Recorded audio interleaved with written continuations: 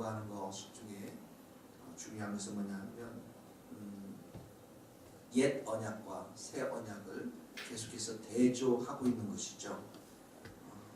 하나님은 예수님은 하늘의 제사장이시고, 그리고 옛 언약에 속한 이스라엘의 제사장들은 땅에 속한 사람들이고, 그래서 새 언약, 옛 언약 속에서는 무수히 제사를 드리지만 온전한 제사가 되지 않는다라는 것이죠.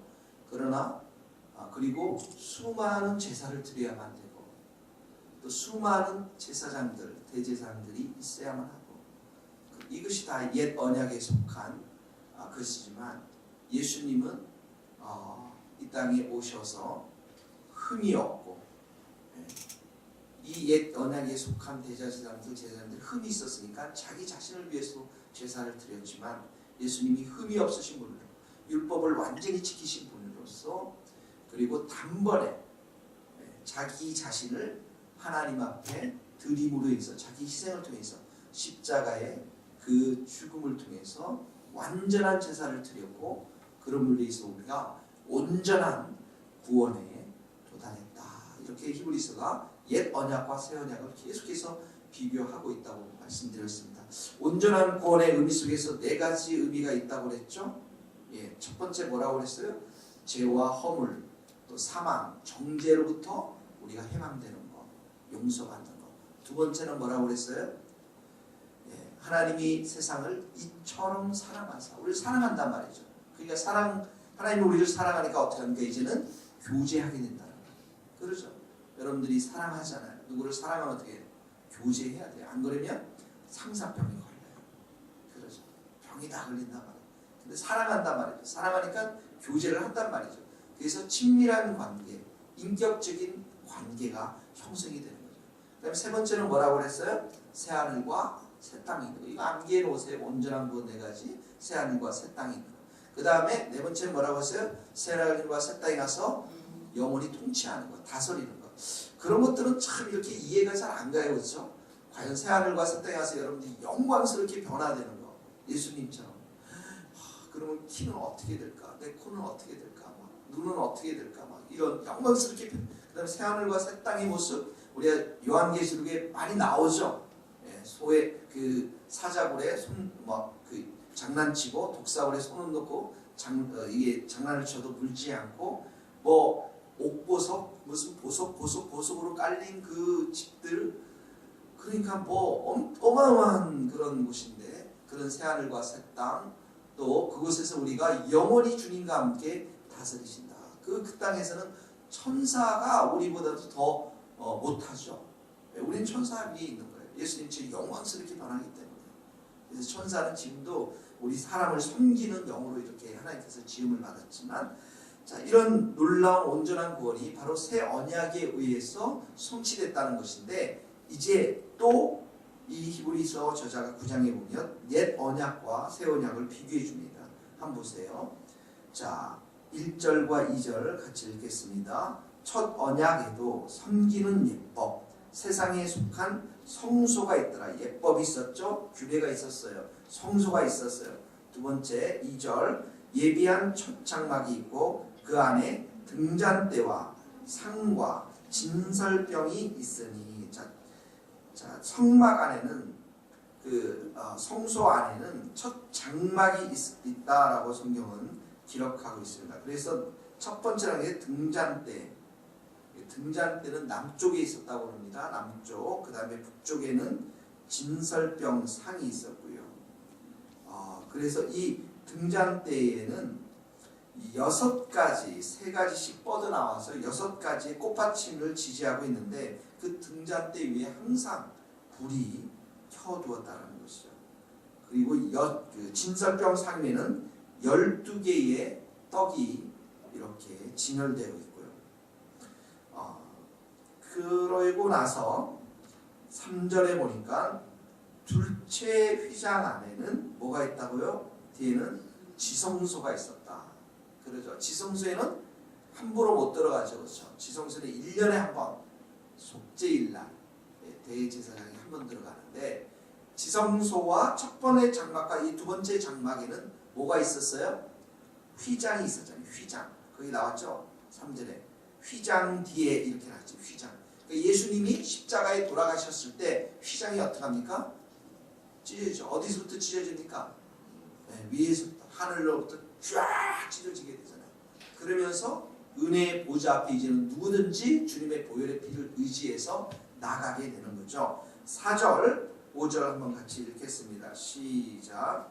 금향로와 사면을 금으로 싼 언약궤가 있었고 그 안에 만나를 담은 금 항아리와 아론의 쌍난 지팡이와 언약의 돌판들이 있고 그 위에 속죄소를 덮는 영광의 그룹들이 있으니 이것들에 관하여는 이제 낱낱이 말할 수 없습니다. 나중에 여러분들이 이 그림 같은 걸 한번 보시면 돼요. 근데 뭐가 있습니까? 금향로가 있었죠. 언약궤가 있었죠. 만나와 금 항아리, 만나를 담은 금 항아리가 있었고 아론의 쌍난 지팡이가 있었고 그 다음에 속죄소가 있었는데 자, 이런 것들은 여러분이 나중에 한번 그림을 통해서 보시면 좋을 것 같습니다. 자, 이곳에서의 임무가 이제 제사장들의 임무가 여기 나왔습니다.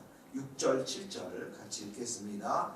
이 모든 것을 이같이 예비하였으니 제사장들이 항상 첫 장막에 들어가 섬기는 예식을 행하고 오직 둘째 장막은 대제사장이 홀로 1년에 한 번 들어가되 자기와 백성의 허물을 위하여 드리는 피 없이는 아니하리라. 그러니까 첫째 장막에는 등잔불이 있었잖아요. 그렇죠? 그러니까 등잔불이 항상 켜 있는지 확인해야 되고 그렇죠? 그 다음에 이 히브리서에는 금향로가 지성소에 있다고 하는데 원래 그 이야기는 첫째 장막에 있다라고 이렇게 기록되어 있는데 향로에 향을 피우는 일을 한다는 것이죠. 그 다음에 일주일에 한 번씩 진설병을 떡을 교체하는 일을 하는 것이죠. 그런데 어떡합니까? 지성소에는 들어갈 수가 없는 거죠. 그렇죠? 지성소에는 1년에 한 번 대속죄일 날 그날이 몇 월 달인지 기억하세요? 예, 9월 10월이죠. 어제 레이기 공부하신 분들은 금방 배웠어요. 9월 10월 우리나라 달력으로 9월 10월에 대속죄일에 한 번 가는데 그때 잡는 짐승 생각나세요? 소조소, 숫소, 소 한 마리를 잡아서 백성들을 또 대제사장 자신을 위해서 제사를 드리는데 이 제사 중에서 가장 중요한 게 뭐예요? 그 7절에 보니까 자기와 백성의 허물을 위하여 드리는 뭐 없이는 피 없이는 이 피를 반드시 흘려서 피가 바로 하나님께 나아가는 매개가 된다는 것입니다. 자, 이런 의미 속에서 이 피는 매년 드렸지만 예수님의 피는 영원하면서 단번에 드렸죠. 한 번에 드리면서 영원한 구원의 효과를 가져온다는 의미 속에서 영단번의 제사 이렇게 표현을 합니다. 자, 그리고 나서 8절에 보니까 다 같이 8절에 읽겠습니다. 8절, 9절 읽겠습니다. 성령이 이로써 보이신 것은 첫 장막이 서 있을 동안에는 성소에 들어가는 길이 아직 나타나지 아니하는 것이라. 이 장막은 현재까지의 비유니 이에 따라 드리는 예물과 제사는 섬기는 자를 그 양심에서 온전하게 하시느니라. 자, 성령께서 이런 사실을 보여주는 거예요. 성령께서 보이신 것은 성령께서 이런 사실들을 보여주십니다. 뭡니까? 첫 장막에 제사장들이 매일 들어가서 외주 들어가서 있을 동안에는 우리가 성수에 들어갈 길이 나타나지 않았죠. 그러죠. 왜냐하면 매주 가서 거기에서 제사를 드렸기 때문에. 그래서 이 첫 장막에서 그 드리는 이런 예식들이 사라질 때만 우리도 지성소에 들어가서 제사를 예배를 드릴 수 있다라는 그런 말입니다. 그래서 9절에 이런 말씀을 이 장막은 현재까지 비유인데 우리 현재까지 우리 현 세대를 위해서 비유인데 예물과 제사는 섬기는 자를 그 양심에서 온전하게 할 수 없다. 그걸 보세요. 구약에서 드리는 이런 제사가 계속 있을 동안에는 우리가 그 지성소 안에 들어가서 그 하나님을 가까이 할 수 없을 뿐만 아니라 이런 예물과 제사는 섬기는 자, 제사장들, 또 백성들을 위해서 그 양심을 깨끗하게 할 수 없다는 거예요. 그러니까 완전한 제사, 온전한 제사가 될 수 없다는 것입니다. 여기서는 지금 죄의 근원을 우리의 양심, 또 우리의 마음의 문제로 보고 있는데, 이 제사로는, 구약의 제사로는 이 양심을 완전하게 하고 깨끗하게 하고 우리의 마음을 온전하게 깨끗하게 할 수 없다는 거예요. 그래서 우리에게 정말 필요한 것은 뭐냐면 우리의 마음이, 우리의 양심이 깨끗해지는 거예요. 우리의 마음이 정말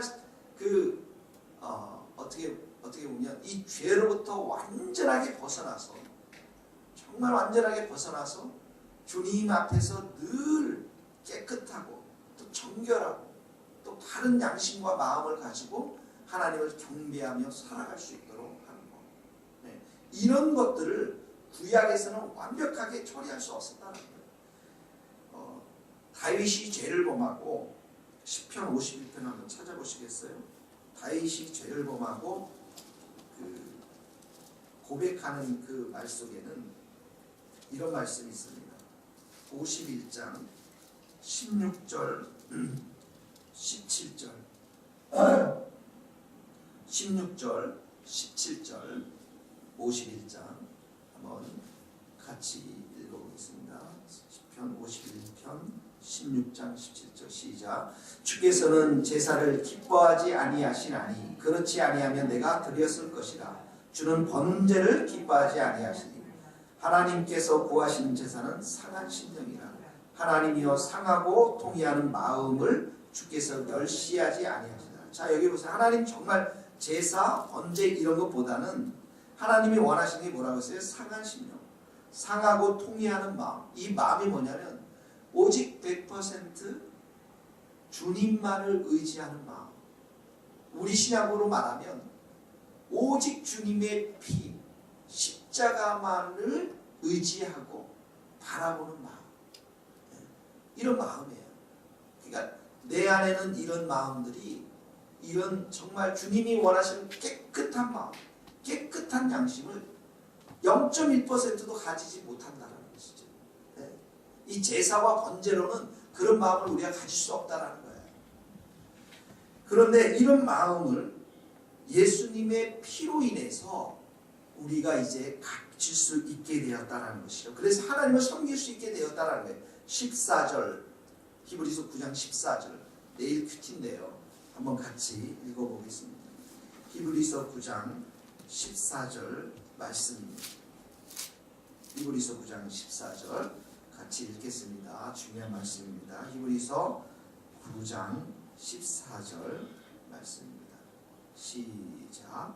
하물며 영원하신 성령으로 말미암아 흠없는 자기를 하나님께 드린 그리스도의 피가 어찌 너희 양심을 죽은 행실에서 깨끗하게 하고 살아계신 하나님을 섬기게 하지 못하겠느냐. 예. 여기 보십시오. 그리스도의 피라고 그랬죠.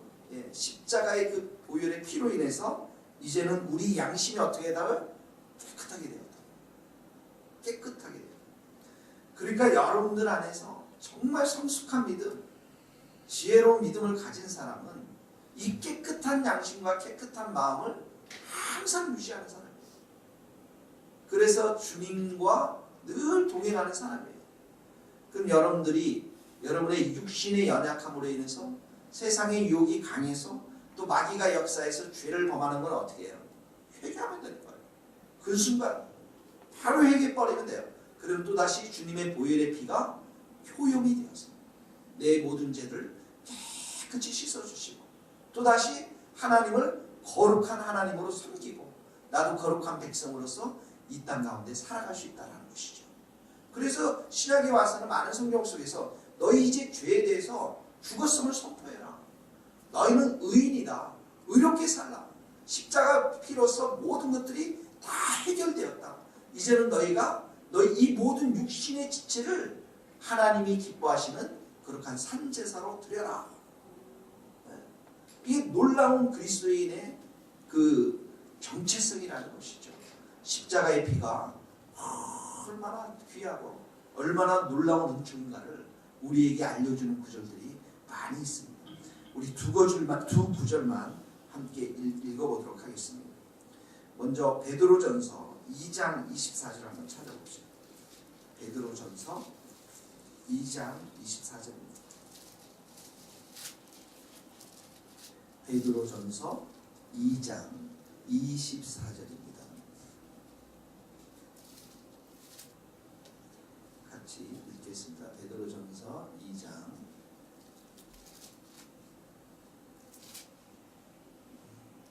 베드로전서 2장 24절 같이 읽겠습니다. 친히 나무에 달려 그 몸으로 우리 죄를 담당하셨으니 이는 우리로 죄에 대하여 죽고 의에 대하여 살게 하려 하심이라. 그가 채찍에 맞음으로 너희는 나음을 얻었나니. 보십시오. 우리로 죄에 대해서는 죽었다고 선포하고 의에 대해서는 뭐라고요?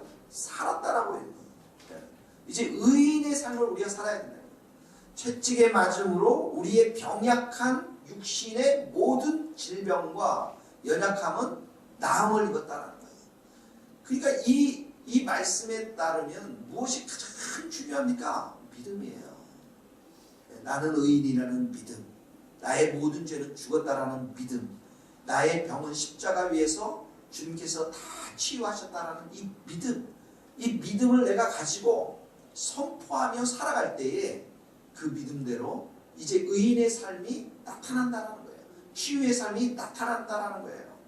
로마서 6장 10절 한번 또 보겠습니다. 로마서 6장입니다.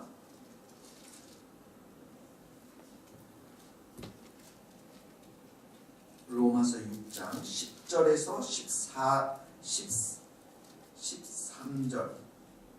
14절 말씀입니다. 로마서 6장 10절에서 14절 말씀.